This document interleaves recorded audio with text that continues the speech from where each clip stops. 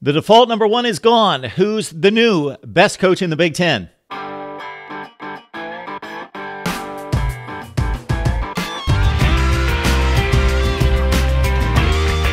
MarkRogersTV, the voice of college football, ranking the coaches on all the Power 5 conferences. We have posted the Pac-12, the Big 12, and the ACC. We make our next stop with the 14 teams in the Big Ten. So check out those videos, and I'll remind you here that we are ranking these coaches based on what they can do right now. So maybe some coaches have a great legacy, but they're not nearly as effective right now as they have been in the past. Possibly a Les Miles. We'll take that into consideration. Certainly, the past history and proving themselves means a whole bunch, but I'm ranking these coaches right now. So if this was 10 years ago when I was ranking Bobby Bowden and Joe Paterno, I would not rank them nearly as high as their legacy would indicate that they should be ranked, because at that point in time, they were not near the best coaches in the country. All right, let's get to the Big Ten right now in 2019. And for the new coaches, as you've seen in the Pac-12, the Big 12, and the ACC, what I basically do is I project how good I think they're going to be. But more than that, I basically take a neutral stance, and I rank all the coaches that I believe have been successful, are doing a nice job, a decent job. I rank them above the new kids on the block. And then I rank those coaches that I think have been a bit of a failure to date below the guys that are neutral, because they're new to that program, and especially coaches that are new to FBS football as head coaches. All right, let's get to the Big Ten. Worst program in the conference, worst team in the conference in the last couple of years, worst coach in the conference right now as we rank it, Chris Ash of Rutgers. He's got a nice track record as a defensive coordinator at Ohio State, Wisconsin, and Arkansas. Did a nice job there. Greg Schiano, of course, proved at Rutgers that you can win. Rutgers was awful for decades. Greg Schiano won there, and Kyle Flood took over, and he was winning and taking the Scarlet Knights to bowl games. They've got the New Jersey recruiting pipeline. Pennsylvania, Maryland are good recruiting states as well. All right, but Flood brought on a flood of controversy, criminal, academic, drug issues, and of course he was exited. Bring in Chris Ash. Now, the program's in much better shape from the standpoint of credibility, but 7-29, 3-24 in the Big Ten. So Chris Ash has been there for a while. That's 27 games in the Big Ten. That's 3 seasons, 9 per season. So this is his 4th season. So it's time to see some benefits. And if anything, we saw Rutgers' worst product in 2018 at 1-11, 0-9 in the conference, and they just didn't lose games. They lost to Kansas by 41 points. They lost to Buffalo. Yes, Buffalo was probably the best team in the MAC, even though they lost the championship game. But Rutgers of the Big Ten lost to Buffalo of the MAC by 29 points. Later in this season, Rutgers showed some life. They showed some grit and some toughness. They didn't give up, and we've got to credit Ash to a certain extent for that. They took on the top half of the Big Ten and played very competitive against the likes of Northwestern, Wisconsin, Penn State, and Michigan State. Chris Ash is not getting the job done on the recruiting trail right now. 62nd in the country this past recruiting cycle, 57th the year before, bottom 2 in the Big Ten, both classes. And again, he's got a decent area to work with in Maryland, Pennsylvania, and New Jersey. Chris Ash at number 14 in the Big Ten. At number 13, we've got the new coach at Maryland, Michael Locksley, coming from Alabama, where he was offensive analyst and offensive coordinator after going 3-31, 2-26 at his stay at New Mexico, 1-5 back in 2015 as an interim coach at Maryland. Okay, his stay at New Mexico was riddled with awful on-the-field performance, of course, 2-26. Various off-the-field issues. Sex and age discrimination allegations brought against him. Those were withdrawn. An altercation with an assistant coach that resulted in a 10-game suspension for Mike Locksley.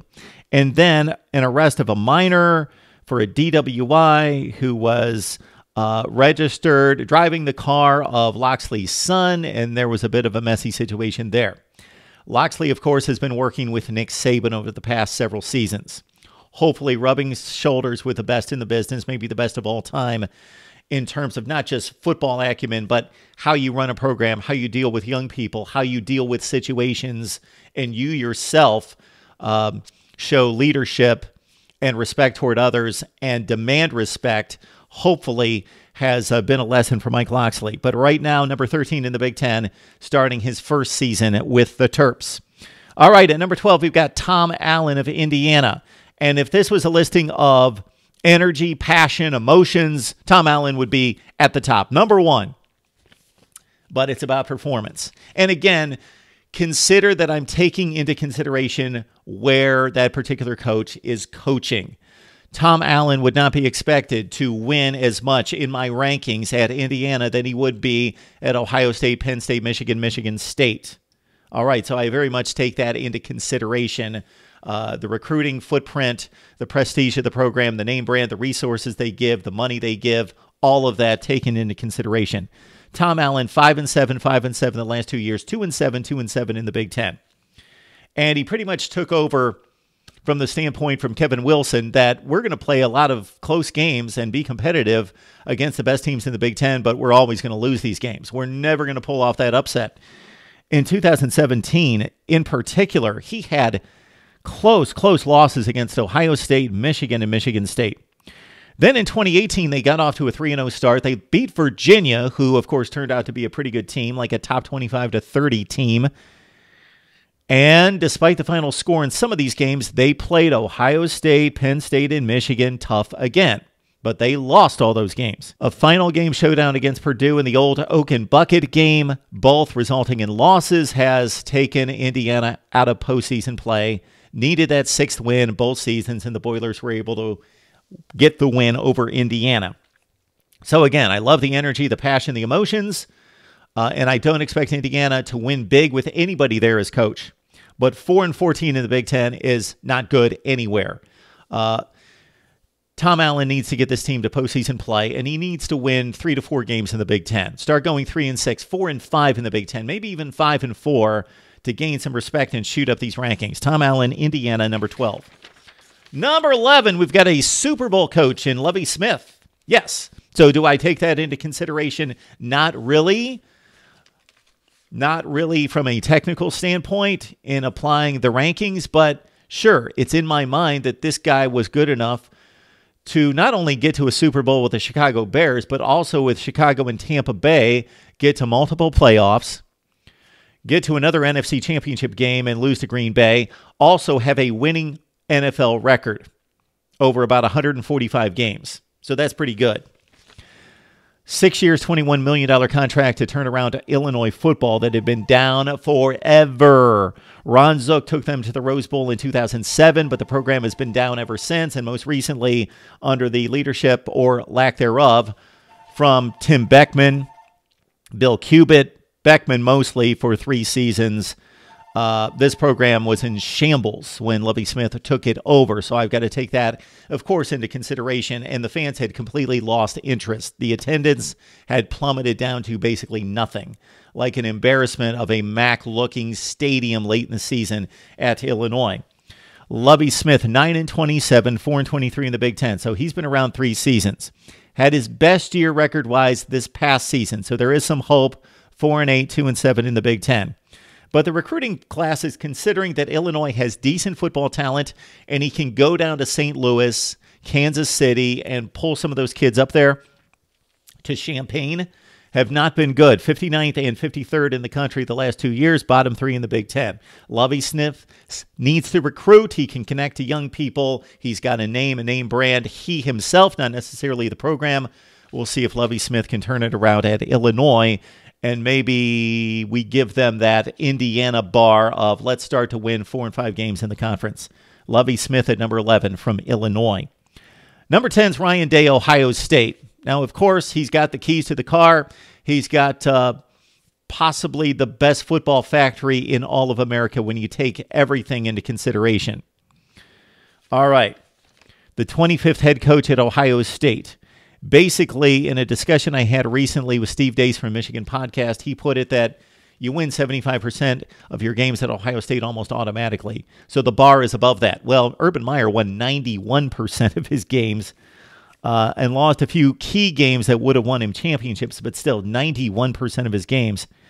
Ryan Day just turned 40, and Ohio State would not be hiring him if they, number one, didn't have confidence in what he had already shown them as a offensive mind, and then as a leader who had to take over the team for 3 games last year, and that was key to ushering in the Ryan Day era, is that he was able to show that he could coach on game day for 3 weeks. Not against the toughest competition, and with Urban Meyer as still the head coach, so he wasn't running his program. I would think that he would basically run the program similar to Urban Meyer, but install his own personality and his own viewpoint to a certain extent. So he's a passing game genius, offensive coordinator type, molds quarterbacks. He's been at Boston College and Ohio State in that position, also in the NFL with Philadelphia and San Francisco. His first recruiting class seemed to have slumped compared to the Urban Meyer standard, but consider that he had a small class of just 15 or 16 recruits, and based on player rating, 3rd in the country in the quality of recruit. So Ryan Day, we place at number 10 right now from Ohio State. Number 9, P.J. Fleck, Minnesota. I don't know where I would have placed P.J. Fleck in early November because Minnesota had the bad first season under Fleck, which is understandable in the transition, and then they got off to an awful start. They lost to Maryland by 29 points. They lost to Nebraska by 25, gave up 53 in that game. They lost to Illinois. Illinois is awful. Minnesota lost to Illinois by 24 points and gave up 55. So P.J. Fleck made a bold in-season move, and he fired his defensive coordinator, Rob Smith. And what happened? They beat Purdue 41-10. They lost a very competitive game with Northwestern 24-14. So they were very competitive in that game against the division champion. Then they just rolled Wisconsin 37-15. Not a vintage Wisconsin team, but still a good team. Still a top 25-35 type team. Beat them 37-15, marched on to a bowl game against Georgia Tech. And consider, Minnesota went 3-6 in the Big Ten. Georgia Tech was a 5-3 team in the ACC. Minnesota beat them by 24 points. So I've got to consider P.J. Fleck might be doing in Minnesota what he did at Western Michigan, which, of course, is going to be much more difficult in the Big Ten. So he's got a brand new, shiny, new facility on its way to lull in some recruits. And, of course, he's got a silver tongue, P.J. Fleck does. Just ask Coach Kill. But that's another story. At Western Michigan, consider the turnaround under P.J. Fleck. 1-11 his first year in 2013. 3 years later, they went 13-1. Lone loss to Wisconsin in the Cotton Bowl. Cotton Bowl at Western Michigan. That's still kind of hard for me to fathom. So P.J. Fleck, good stretch run in November. He's got his quarterback in play. He's rowing the boat. Started off 0-4 in the Big Ten. Finished strong. P.J. Fleck at number 9, Minnesota. All right, number 8. We go to Purdue and Jeff Brohm.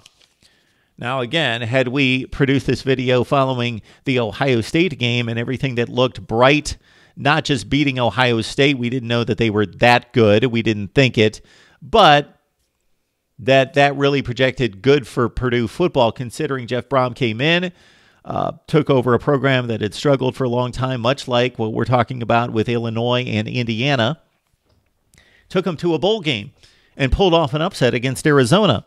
And then they get off to this tremendous start with this impressive win against Ohio State by 29 points. So if every day was like, let's get the date, October 20th last year, then Jeff Brohm would be number 1. But the facts are that, yes, he took over a down program and he turned them around quickly. And surprisingly, it happened on defense more than on offense. 7-6 last year, 4-5 in the Big Ten. Then they beat Arizona in the bowl game. Then last year, the Ohio State game was really a big highlight. They also beat Iowa at home on a last-second field goal. Then it was all downhill from there, and it culminated with a crash landing against Auburn, 63-7 in the bowl game. So he did go 5-4 in the Big Ten, and we got Jeff Brohm at number 8. Still some hope there at Purdue. Certainly doing the job at Purdue, but let's back off. hit the brakes just a tad on Jeff Brohm's performance and the elevation of Purdue football. The next jump is going to be more difficult because the first jump, you start to go from winning 2 and 3 games a year, and you show that you can start beating Illinois and Rutgers and Indiana and those teams. But then the next jump means that you got to start beating the Wisconsins and the Iowas and the Northwesterns consistently, and Jeff Brohm has yet to do that. We will wait and see. Our number 8 coach in the Big Ten is Jeff Brohm. At number 7, Kirk Ferentz of Iowa. He is the dean of Big Ten coaches. He's had consistency throughout his tenure. When you think 8-4 football teams, you think Iowa. They go 8-4 just about every year, don't they? But man, he started off so well. He was considered a top 5 coach nationally years ago, 10 years ago, 15 years ago. Took over for Hayden Fry. 1999 went 1-10. Then he quickly, by 2002, tied for the Big Ten championship and went to the Orange Bowl. From 2002 to 2004, Iowa football went 20-4 in the Big Ten. They finished in the top 10 in the nation 3 consecutive years, and he was considered an elite head coach. But since 2004, they've only finished in the top 10 twice. They've only finished ranked 4 times in 14 years at Iowa. Iowa has a proud football history, and now they're only finishing ranked every 3 or 4 years, and not ranked that high. This is the 8-5 program. Kirk Ferentz recruits in the top 50, doesn't do much better than that, and his typical MO is that he makes them better. Well, he used to take top 50 talent and make it top 10, 15 in the nation on the field. And now he's taking top 50 talent and he's just making it into the top 35 or 40. Kirk Ferentz at number 7 from Iowa. All right, at number 6, we've got James Franklin from Penn State. He made a statement after his most recent gut-wrenching loss to Ohio State 27-26 after leading by 2 scores with 5 minutes left by saying, "We're great. We need to be elite like them." Okay, let's back off a little bit on the word great. Is Penn State great? No, they're good. They might be even better than good, but in my book, great means great. Great means, for a particular player, Hall of Fame. For a program, that means basically elite. Elite and great, I find them to be in the same category, and Penn State's not there. Okay, the good is that he took over a program that was still recovering from the Joe Paterno, Jerry Sandusky nightmare. Bill O'Brien did most of the groundwork in gaining back the respect and the credibility and bringing in top recruits and laying the groundwork that, okay, this is going to be fine. This program is not going to be damned for the next 10 years like many of us thought at the time. The bowl ban had subsided. The scholarships were coming back. So Bill O'Brien he laid the groundwork for sure and did much more than that. He won 7 and 8 games for 2 years, which seemed like a miracle at the time. James Franklin comes in and goes 7-6 and 7-6. Didn't really improve the product on the field, but he was recruiting better. Then he gets off to a 3-2 start in 2016, which doesn't sound awful, except that they lost to Pitt. And they also lost to Michigan 49-10. And nobody saw this coming. They went immediately from 49-10 in Ann Arbor to rolling off 7 consecutive wins, beating Ohio State, going to the Rose Bowl, winning the Big Ten championship. And ever since that midseason slump, losing to Pitt in Michigan in 2016, James Franklin is 28-7. Gone to the Rose Bowl, won the Big Ten championship, won a Fiesta Bowl against Washington, but they keep losing the big games, notably against Ohio State, but also against some other schools like a Michigan this year, in which they did not compete. Again, for the second straight trip to Michigan, they got rolled. So they are not quite there just to compete in the division, yet alone nationally. James Franklin is stockpiling talent. Now, Urban Meyer's gone.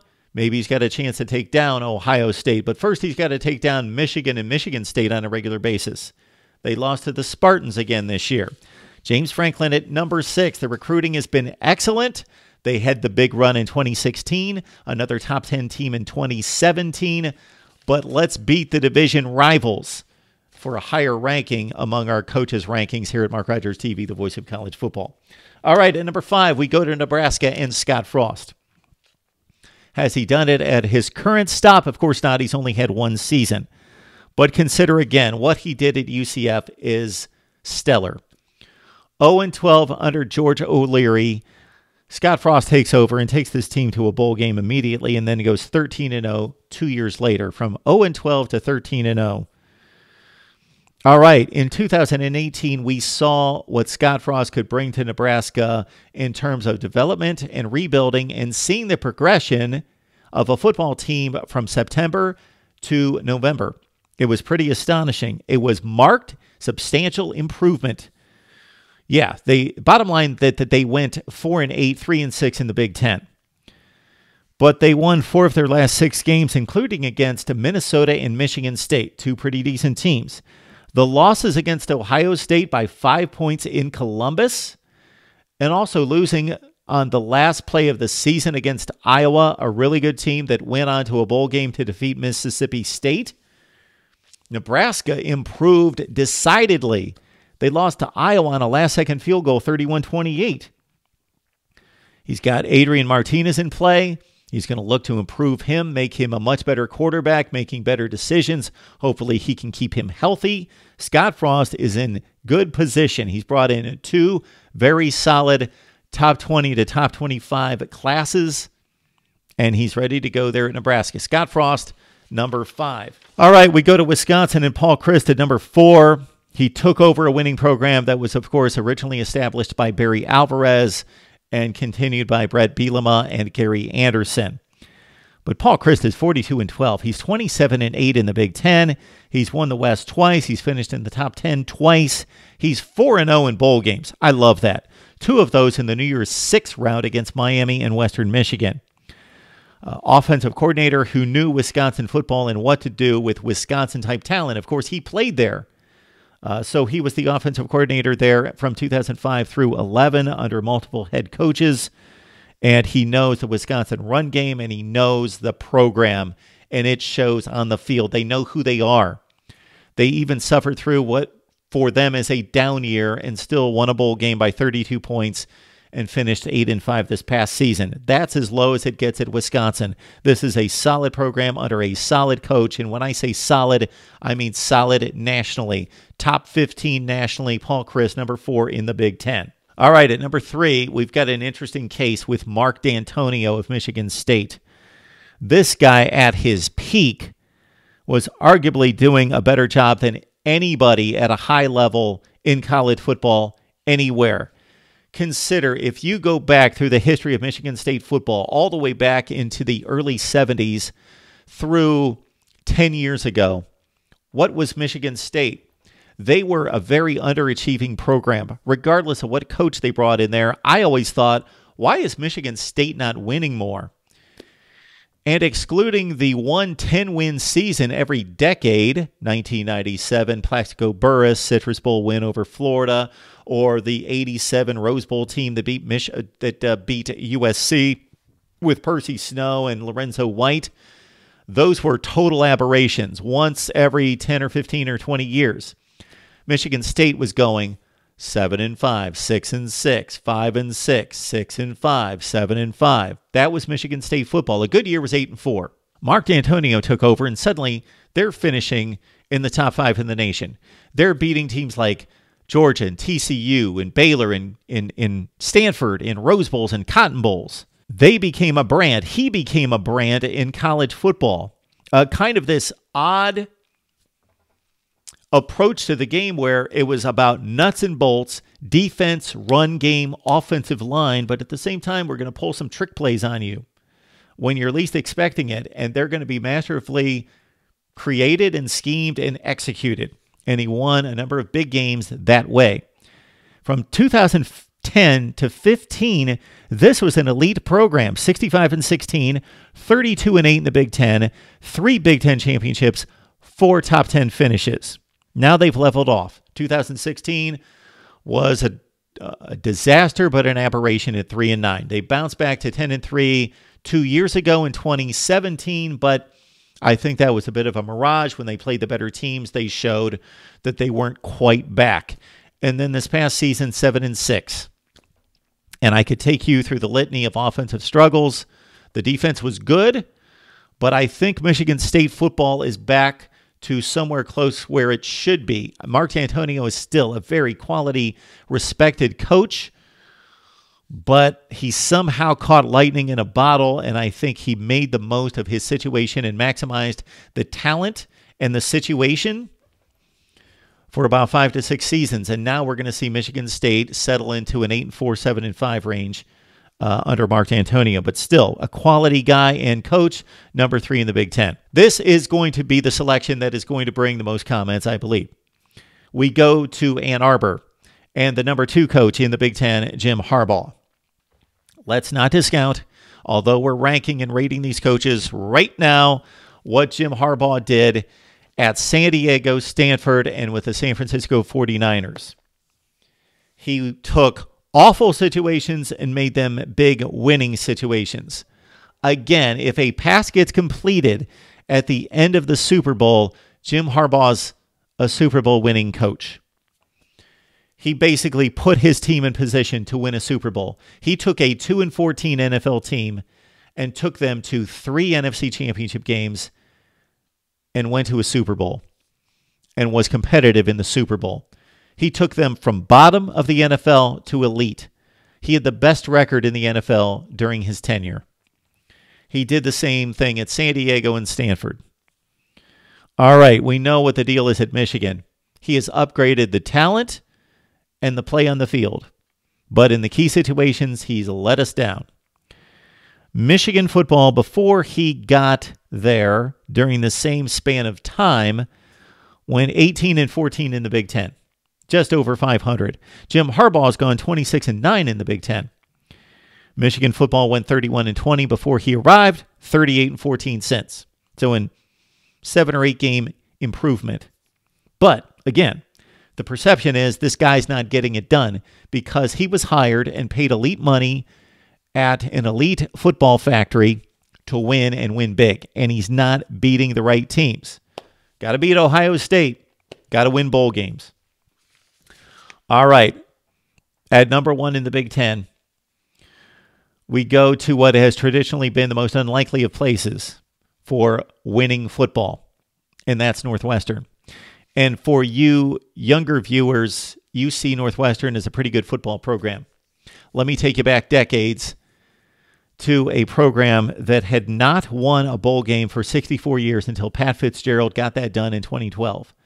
One that had consistently gone 0-11, 1-10, 2-9, 0-11, 2-9, 1-10, over and over and over and over for decades through the 70s and 80s and early 90s.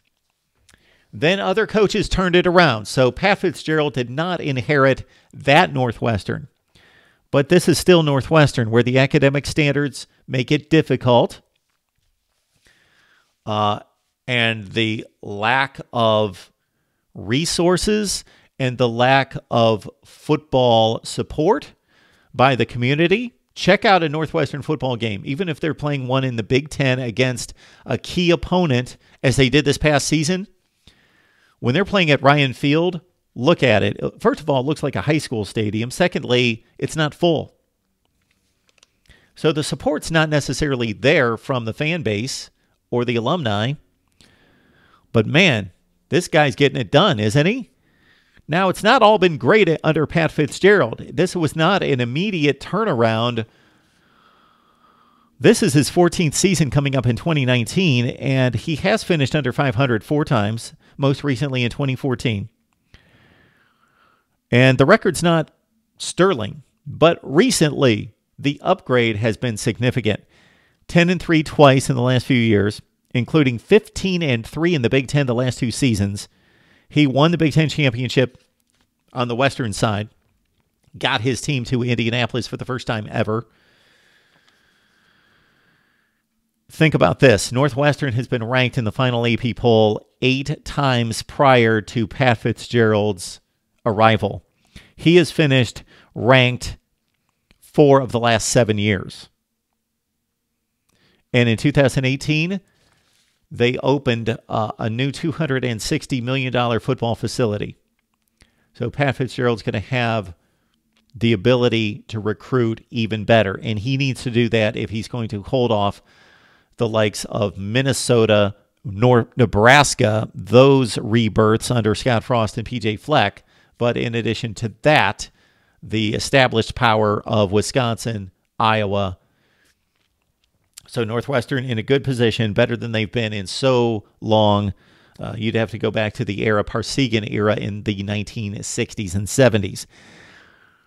Pat Fitzgerald, Northwestern, the number 1 coach in the Big Ten. Of course, the default coach has been Urban Meyer. We had to do some thinking finally in ranking our Big Ten coaches, at least at the top, where it is Pat Fitzgerald and everyone else. Would love to get your comments on this. Again, if you love what we do here at Mark Rogers TV, the voice of college football, in delivering smart analysis, discussion, and debate for the hardcore fan like you and the smart fan like you, then please support the channel. Grab the Amazon link in the description section of any of the videos. You don't have to buy the product. Just use the Amazon link to do your regular shopping to support the channel. Join us on Patreon as well. We've got some exciting content planned for our folks and our community and team at Patreon. Right here at Mark Rogers TV, the voice of college football. See you next time.